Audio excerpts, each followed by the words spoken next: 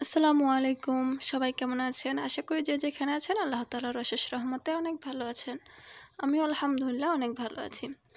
তো কেক বানানোর ভিডিওগুলো আপনাদের সাথে শেয়ার করা হয় না। আজকে ভাবলাম যেহেতু চকলেট কেকের একটা বেস তৈরি করব, এই ভিডিওটাই আপনাদের সাথে আমি শেয়ার করি। আশা করি আপনাদের ভালো লাগবে। তো এখানে আমি একটা চকলেট কেক বানিয়ে নিয়েছি। এটা প্রায় 1.5 পাউন্ড মতো হবে।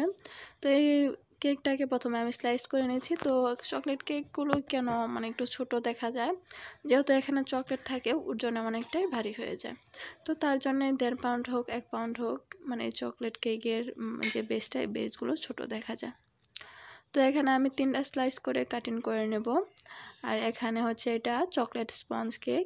যেহেতু আমি চকলেট কেক বানাই, কেকের ভিডিওগুলোই আপনাদের সাথে শেয়ার করা হয় না, কাটিং ভিডিওগুলোই বেশি বেশি শেয়ার করি।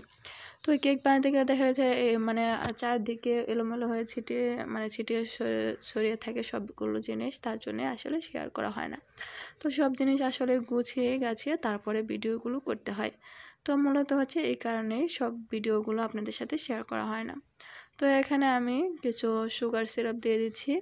আর আমি এখানে আজকে একটা চকলেট কেক আর একটা ভ্যানিলা স্পঞ্জ কেকের বেস তৈরি করেছি। একটা হচ্ছে 2 পাউন্ড আর এটা হচ্ছে 1.5 পাউন্ডের। আসলে আমি অফলাইনে বেশি কাজগুলো করে থাকি। অনলাইনে তেমন কোনো অর্ডারও নিই না, তেমন কোনো কাজও করি না। তো অনলাইনে করতে গেলে দেখা গেছে যে অনেকটাই পেরেশানিও করতে হয়। ডেলিভারি আবার সব কিছু মিলে অনেকটাই ঝামেলা হয়ে যায়।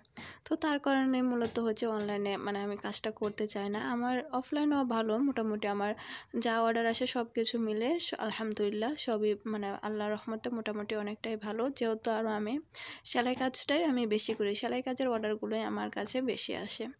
তো সেলাই কাজটা আমি বেশি করি, তার জন্য আসলে কেকের ভিডিওগুলো তেমন শেয়ারও করি না। আর শেয়ার করি না আমি হচ্ছে কি অনলাইনে তেমন অর্ডার নিই না, অনলাইনে কাজ করি না, তার জন্যে আমি ভিডিওগুলো শেয়ার করি না। তো আপনারা যদি কেক অর্ডার করতে চান তাহলে অর্ডার করতে পারেন, আমার ফেসবুকে ইনবক্স করতে পারেন। এখন ভাবতেছি যে দিব, অর্ডার নেব, কিছু কিছু হলে অল্প অল্প হলে অর্ডার নেব। তো যাই হোক, এখানে আমি চকলেট ক্রিম দিয়ে দিয়েছি আর মাঝে মাঝে কিছু গানাশও অ্যাড করে দিচ্ছি। তো এখানে এই জিনিসগুলো আসলে কম যে কাস্টমার নিয়েছিল বলেছে একটু কম কম করে দেওয়ার জন্য। আমি দেখতে পাচ্ছেন আমি ক্রিমটা অনেকটাই কম দিচ্ছি এবং সব কিছু মিলে একটু কম কম করে দিচ্ছি।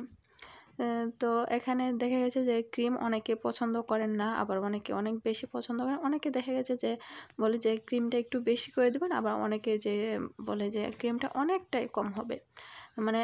ক্রিম যাতে হালকা হালকা কেক দেখা গেলেও সমস্যা নেই, ক্রিমটা কম করে দেবেন। আবার অনেকেই বলে যে ক্রিম করে প্রচুর পরিমাণে দেবেন, লেয়ারে লেয়ারে বেশি বেশি করে ক্রিম দেবেন। তো যাই হোক, সবার টেস্ট বার তো আর সমান না, এক হয় না। যার যার রুচি অনুযায়ী এখানে যার যার রুচি অনুযায়ী আর কি না। তো তারপর এখানে আমি ক্রাম্পুট করে রেখে দেব। আর আরেকটাও ক্রাম্পুট করে আমি অলরেডি ফ্রিজে রেখে দিয়েছি, এটাও আপনাদের সাথে দেখাবো। এটা ক্রাম্পুট করা হয়ে গেলে ফ্রিজে রেখে দেবো, তারপরে ওইটা আর কি ডেকোরেশনের কাজটা শুরু করব।